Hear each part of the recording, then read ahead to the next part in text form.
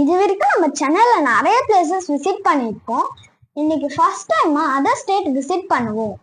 அது எங்கன்னா கர்நாடகா.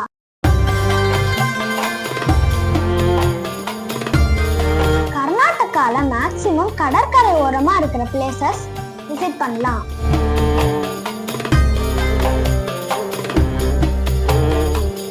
உலகத்திலே 2வது பிக்கஸ்ட் சிவன் சிலையை பார்ப்போமா?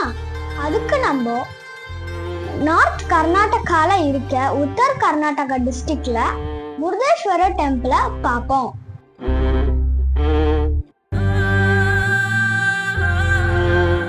சென்னையில இருந்து முருடேஸ்வரர் டெம்பிளுக்கு போக டைரக்டா ட்ரெயின் இல்ல. இங்க இருந்து மேங்களூர் போயிட்டு அங்க இருந்து முருடேஸ்வரர் டெம்பிள் போக தான் ட்ரெயின் இருக்கு.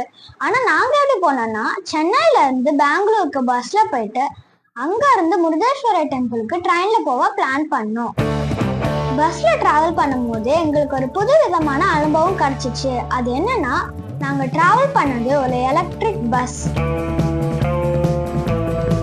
அந்த பஸ்ல டிராவல் பண்றதுக்கு ரொம்ப ஸ்மூத்தா இருந்தது. ஏசியும் ஓகேவா இருந்தது. இங்க இருந்து பெங்களூர் போற பாதி தூரத்துல நிறுத்தி ஒரு 1/2 hour சார்ஜ் போட்டாங்க. அங்க ஒரு ஹோட்டல் இருந்ததுனால நாங்க சாப்பிட்றதுக்கும் இந்த பஸ் சார்ஜ் போடுறதுக்கும் கரெக்டா இருந்தது.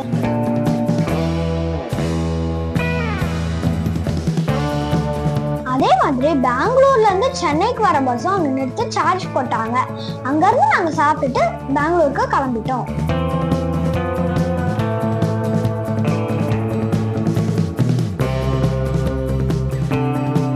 பெங்களூர்ல இருந்து நாங்க night 9 o'clock SRVB MRDW express ட்ரெயின்ல முருடேஸ்வரர் டெம்பிள் நோக்கி டிராவல் பண்ணோம்.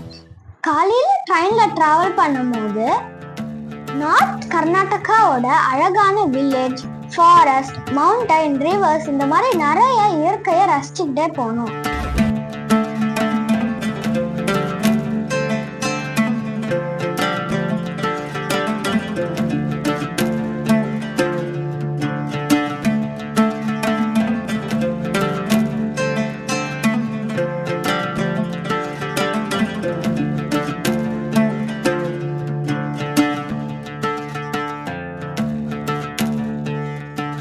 திடீர்னு ட்ரெயின் இருட்டாயிடுச்சு. என்னன்னு பார்த்தா ஒரு 10 minutesக்கு ட்ரெயின் டனல் உள்ள டிராவல் பண்ணுச்சு.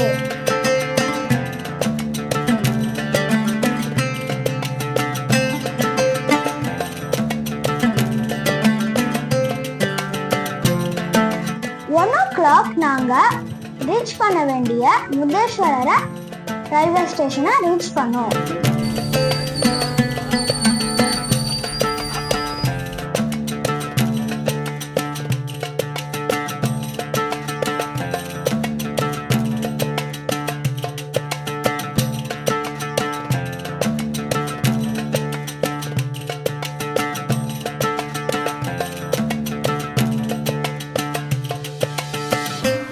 ரயில்வே ஸ்டேஷன்ல இருந்து முருடேஸ்வரர் டெம்பிளுக்கு ரீச் ஆக ஆட்டோல 50 rupees கேட்குறாங்க. அங்க இருந்து நாங்க 2 kilometers டிராவல் பண்ணி முருடேஸ்வரர் டெம்பிளை ரீச் பண்ணோம்.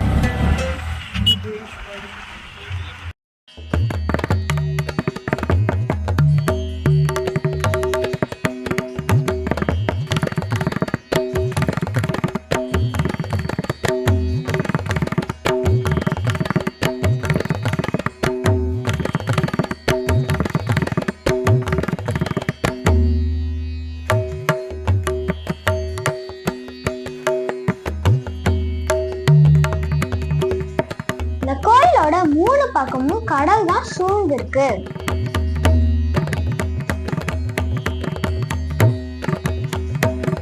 இந்த கோயிலை பார்க்கறதுக்கு முன்னாடி இந்த கோயிலோட வரலாறு தெரிஞ்சுக்கலாமா? இலங்கை அரசன் ராவணன் தன் தாயின் விருப்பத்திற்கு இணங்க ஆத்மலிங்கத்தையும் இரவா வரத்தையும் பெறுவதற்காக சிவபெருமானை வேண்டி மிக கடுமையான தவம் புரிகின்றான். ராவணன் ஆத்மலிங்கத்தை பெற்றால் தேவர்களுக்கு பிரச்சனை வரும் என்று கருதிய நாரதர் விஷ்ணுவிடம் இது பற்றி முறையிடுகிறார். ராவணனின் தவத்தினால் வியந்த சிவபெருமான் தனது மனைவி பார்வதியுடன் ராவணனின் முன்பு தோன்றி என்ன வர வேண்டும் என்று கேட்கின்றார். ராவணனோ சமயத்தில் விஷ்ணுவின் மகிமையால் மனதில் மாற்றம் ஏற்பட்டு பார்வதி தேவிதான் வேண்டும் என்று கேட்கின்றான். சிவனும் அவ்வாறே பார்வதியை எடுத்துக்கொள் என்று சொல்லிவிட்டு கிளம்பிவிடுகிறார். நாரதர் ராவணனிடம் அங்கு இருப்பது பார்வதி அல்ல, காளி என்று அவளது உருவத்தை காண்பிக்கின்றார். ராவணன் ஏமாற்றப்பட்டதாக உணர்ந்து கோபம் கொள்கின்றான். நாரதர் பார்வதி தேவி பாதாள லோகத்தில் இருக்கிறாள் என்று கூறிவிட்டு சென்று விடுகிறார். ராவணன் பார்வதியை தேடி பாதாள லோகத்தில் செல்கின்றான். அங்கே பார்வதி என்று தவறாக ஒரு பெண்ணை பார்க்கின்றான். அவளை திருமணம் செய்து கொள்கின்றான். அவள்தான் மண்டோதரி. அவளை அழைத்து கொண்டு இலங்கைக்கு திரும்புகிறார். ராவணனின் தாய் கோபம் கொண்டு ஆத்மலிங்கம் எங்கே என்று கேட்கின்றான். ராவணன் தான் வஞ்சிக்கப்பட்டதை உணர்கின்றான். திரும்பவும் சிவபெருமானை நோக்கி கடுமையான தவம் புரிகின்றான். சிவபெருமான் ராவணன் முன்பு தோன்றுகிறார். இந்த முறை ராவணன் தெளிவாக ஆத்மலிங்கத்தை கேட்டு பெறுகின்றான். ஆனால் எப்போதாவது அது தரையில் வைத்தால் அந்த சக்தி மீண்டும் சிவபெருமானவிடமே சேர்ந்துவிடும் என்று கூறிவிட்டு அவர் மறைந்து விடுகின்றார். இதனை கேட்டு அச்சமடைந்த நாரதர் இந்த முறை விநாயகரிடம் இது பற்றி முறையிடுகிறார்.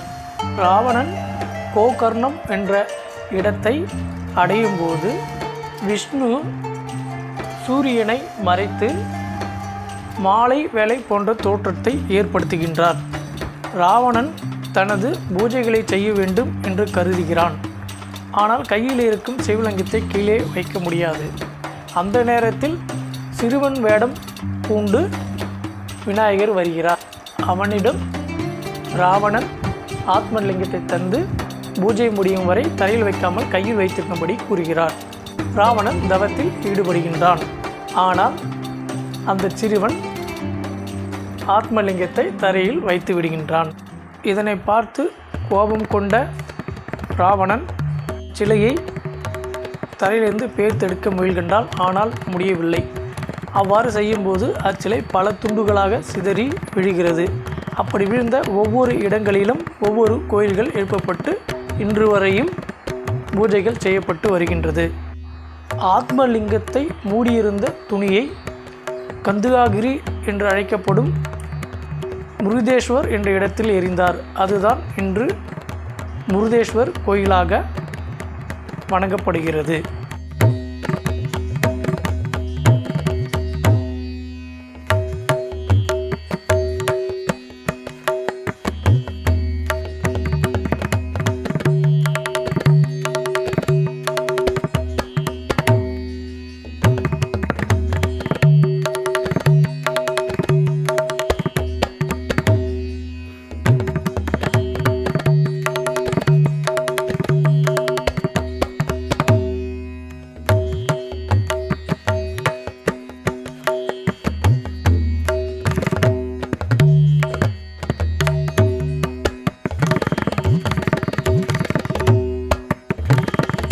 இதுதான் வேர்ல்டு 2வது பிகஸ்ட் சிவன் சிலை.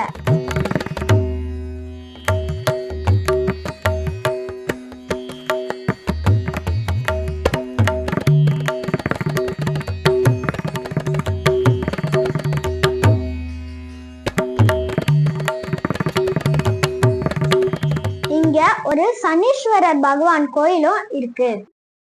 அதே மாதிரி 20 மாடி கோபுரத்துல இருந்து பார்க்கும்போது இந்த கடலும் அந்த பெரிய சிவன் சிலையும் அழகா இருக்கும். இந்த கோபுரத்தோட 18வது மாடிக்கு போக லிஃப்ட் வசதி இருக்கு. அதுக்கு பேமெண்ட்ஸும் இருக்கு.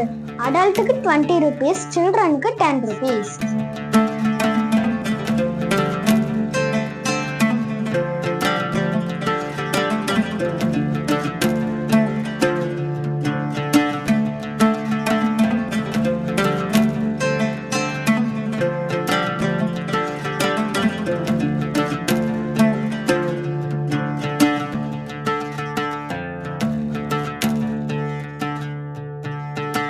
முருதேஸ்வரரை கும்பிட்டுட்டு வெளியே வந்தோம்னா பீச்ல ஃபேமிலியோட என்ஜாய் பண்ண விதவிதமான கேம்ஸ் இருக்கு.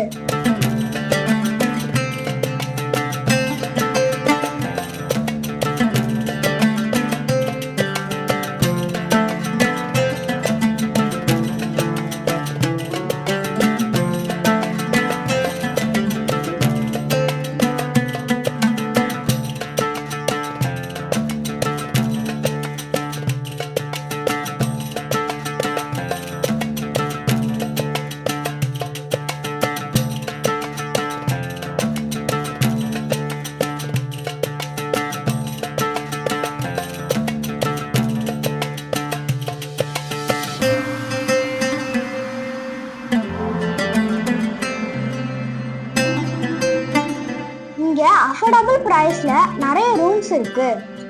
இங்க தங்க விருப்பப்படாதவங்க ஃப்ரெஷ் அப் பண்ண டாய்லெட் பாத்ரூம்ஸ் இருக்கு. முருதேஸ்வரர் வந்தீங்கன்னா அங்க இருக்கிற சுவாமியும் கும்பிடலாம், ஆஸ் வெல் அஸ் பீச்சையும் என்ஜாய் பண்ணலாம். இப்போ நம்ம கொல்லூர் மூகாம்பிகை டெம்பிள் நோக்கி போகலாம்.